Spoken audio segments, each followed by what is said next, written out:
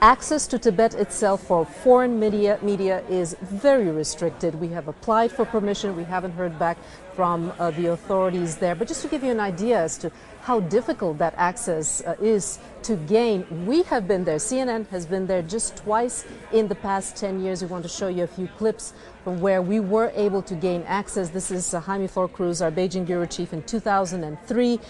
And Dan Rivers, our correspondent, managed to get in there. There he is in 2006. He covered the new train, actually, to Lhasa. These are old reports. We're trying now, waiting still to get some information on whether we will be getting some access. The sources we're using, anonymous sources that we cannot name for their own safety, they are calling us on cell and landlines, which are still working, especially the landlines when there is electricity. They are on. We're also monitoring Chinese websites and blogs. They've been able to collect bits and pieces from witnesses there in Lhasa on the ground and put them up on the internet. So we've been following that too. But it's very difficult for us to independently confirm some pictures that we have received from advocacy groups and the information that we're monitoring, because we don't have anybody there. Still waiting to see if we're going to be allowed in there.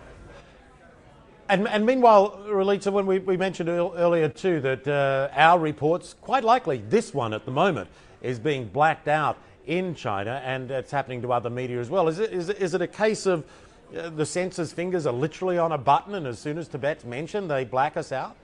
Well, it's interesting that CNN is under an agreement with Chinese authorities to broadcast through a satellite which is controlled, under the control of the Chinese authorities. So what they have done in the past is periodically black out certain pictures, especially of the Dalai Lama or of Tiananmen Square protests, things that they consider negative or things that they don't want the local Chinese to see. So they've been blacked out, ranging. I was talking to Jaime Flor-Cruz, our Beijing bureau chief. He said from 4 seconds to 4 minutes could be blacked out. And that's what's been happening also today. We've been periodically blacked out from time to time, but the broadcasts have been allowed with these intermittent selective blackouts to proceed. And I have here a little clip, a little report from John Voss, our correspondent. They're explaining a little bit more how this works.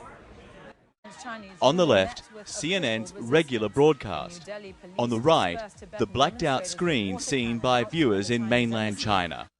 And you see that's exactly what happens between 4 seconds to 4 minutes. It could be blacked out, and as I mentioned, it always has to do with anything about Tibet that is sensitive, specifically pictures of the Dalai Lama, pictures of protests, and that's what has been blacked out today.